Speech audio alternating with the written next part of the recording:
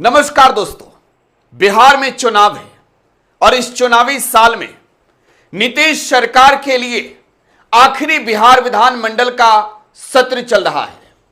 जिस सत्र में सदन के अंदर राज्य के मुख्यमंत्री के रूप में आखिरी दफे नीतीश कुमार बैठ रहे हैं और आखिरी दफे नेता विरोधी दल के रूप में तेजस्वी यादव। अब अगला जो बिहार विधानमंडल का सत्र होगा वो एक नए सरकार में होगा, जिस सरकार के मुखिया बिहार विधानसभा के अंदर नेता सत्तारूढ़ दल के रूप में मुख्यमंत्री की जगह पर बैठेंगे और नेता विपक्ष के रूप में नेता प्रतिपक्ष वाले कुर्सी पर बैठेंगे। हालांकि यह तय बिहार की जनता को करना है, लेकिन दोस्तों बिहार की जनता तय करेगी कि बिहार में सरकार किसकी बनेगी। इससे पहले बिहार की जनता के हक की लड़ाई बिहार में छिड़ी हुई है। बिहार में इस वक्त लोकतंत्र के बचाने की लड़ाई छिड़ी हुई है और बिहार में इस वक्त बिहार के वोटरों को मत को काटने की लड़ाई इस वक्त छिड़ी हुई है, क्योंकि एक और चुनाव आयोग है, दूसरी ओर बिहार की तमाम विपक्ष की पार्टियां, इन सब के बीच राज्य के नेता विरोधी दल तेजस्वी यादव और राज्य के मुख्यमंत्री नीतीश कुमार के बीच अब सीधा भिड़ंत होने जा रही है। यह सीधा भिड़ंत अखाड़े से पहले बिहार विधानसभा के अंदर लड़ाई होगी। यह लड़ाई मौजूदा नीतीश सरकार और मौजूदा विपक्ष के बीच होगी और मैंने शुरू में ही कहा कि सरकार का यह आखिरी सत्र चल रहा है सदन के अंदर और विपक्ष का भी आखिरी सत्र है। अब जनता तय करेगी। इससे पहले आपको यह जानना जरूरी है कि अब तेजस्वी यादव आगे करने क्या जा रहे हैं, तेजस्वी का अगला प्लान क्या है। तो दोस्तों देखिए, बिहार विधानसभा के चुनाव होने, जाहिर सी बात है कि चुनावी साल है तो एक एक मुद्दे की लड़ाई लड़ी जाएगी। एक एक ईंट की लड़ाई जो होती है ना, वो लड़ाई बिहार विधानसभा के अंदर सरकार से लड़ी जाएगी और यह लड़ाई बिहार का विपक्ष मजबूती से लड़ने जा रहा है और इसको लेकर विपक्ष ने पूरी तैयारी कर रखी है। नीतीश सरकार को कैसे घेरना है, कैसे बिहार के मुख्यमंत्री नीतीश कुमार से सदन के अंदर सवाल पूछने, कैसे भारतीय जनता पार्टी को सदन के अंदर चुनौती देनी है और कैसे बिहार के दलित, पिछड़े, अल्पसंख्यकों के वोट को लेकर चुनाव आयोग को ललकारना है, इस बात की पूरी प्लानिंग हो चुकी है। तो एक एक कर विस्तार से आपको बताते हैं किन किन मुद्दों की लड़ाई होगी। ईंट से ईंट बजाने की बात होगी और विधानसभा के अंदर तेजस्वी और नीतीश के बीच सीधी भिड़ंत होगी। देखिए, सबसे बड़ा मुद्दा इस वक्त जो है बिहार में वो SIR का है, मतदाता सूची के पुनर्निरीक्षण का।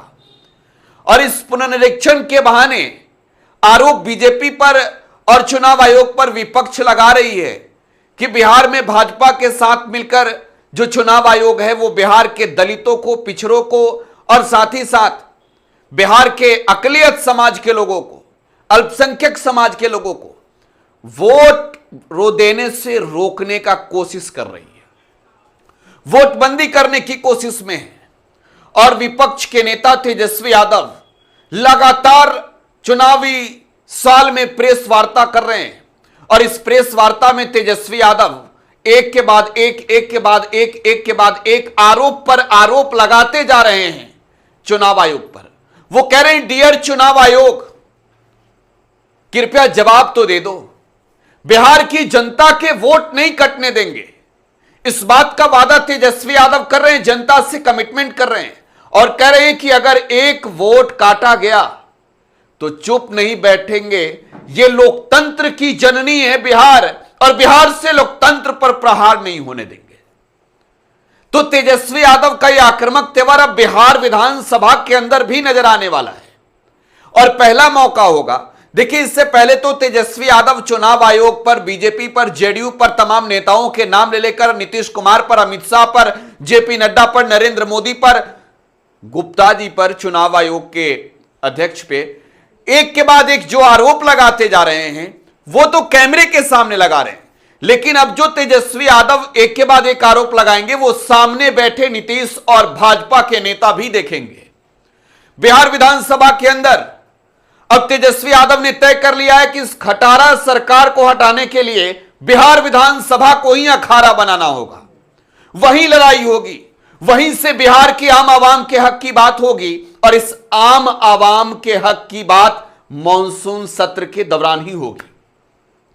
वोटबंदी एक बड़ा मुद्दा है और इस वोटबंदी के नाम पर बिहार में मौजूदा समय में जो सियासी सरगर्मी बढ़ी हुई है, तेजस्वी यादव का साफ तौर पर कहना है कि 35% लोगों के वोट काटे जा रहे हैं और इसका आंकड़ा है मेरे पास। तेजस्वी यादव का यह कहना कि अगर इतने वोट काटे जाएंगे तो जरा सोचिए कि कितना बड़ा परिणाम पर असर पड़ेगा।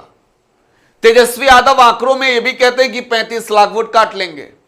अब देखिए, अगर वोट बंदी बिहार में चुनाव आयोग करने की कोशिश कर रही है तो इसका सीधा परिणाम यह है कि जो चुनाव होंगे उस चुनाव में मनमानी चलेगी और तेजस्वी इस बात को बखूबी समझ रहे हैं कि बिहार जीतने के लिए भाजपा साम दाम दंड भेद सब कुछ अपनाने को तैयार है।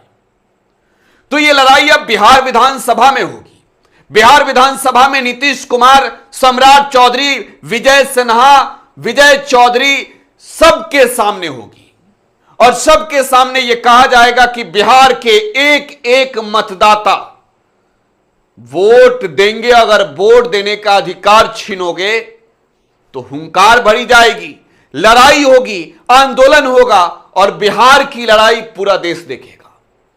इसके अलावा तेजस्वी यादव की बड़ी तैयारी अपने उन घोषणाओं पर सरकार को घेरने की है जिस घोषणा को तेजस्वी यादव ने पहले किया और आगे आगे तेजस्वी पिछलग्गू बनी सरकार पीछे पीछे और नीतीश कुमार ने एक एक कर तमाम बड़ी घोषणाएं तेजस्वी यादव की किए घोषणाओं के बाद सरकार में ही कर दी।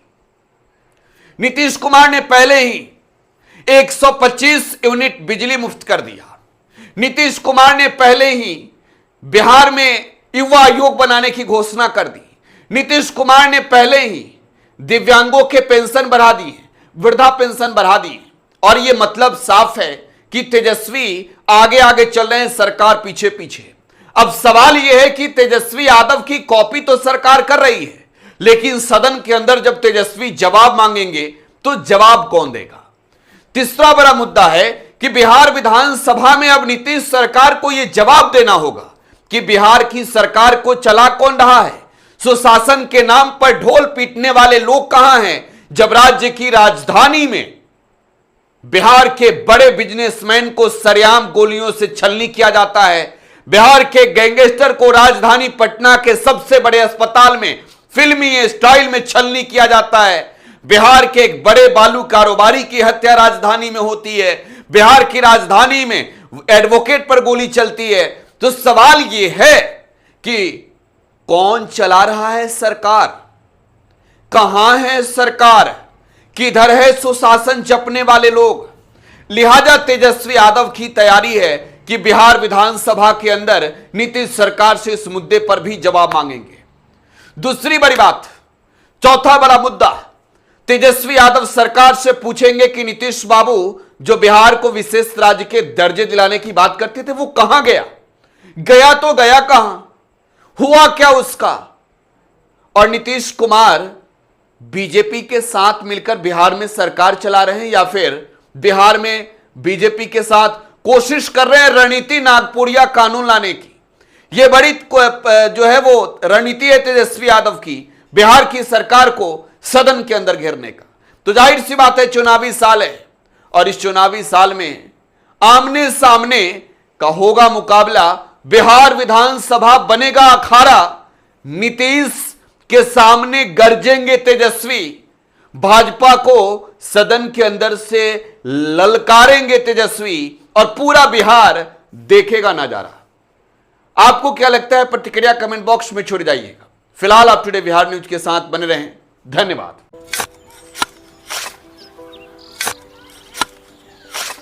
नई का साल मुबारक हो चाचा। हाँ मुबारक। जब तक इस सरकार बा तब तक नया साल मुबारक कहा। का बात करत बाड़? बात ई बा, साल चाहे नया होके फिर चाहे हमार जिंदगी में तो बस दुख है, दुख बा। बाढ़ के समस्या 10 का 10 बा। फसल बर्बाद हो जाला या ऑन पॉन बिक जाला, ना कोई उपाय बा ना कोई राहत। बात तो सच बा चाचा। फिर से बाहर जाए के सोचे के पड़ रहे कि सरकार से कुछ ना हुई। कबू कबू तो लागेला हमरे मजदूरन की जिंदगी में कोनो नया साल सच में मुबारक हुई। नया साल तो तब मुबारक हुई जब नई सरकार आई। बात तो सही बा चाचा।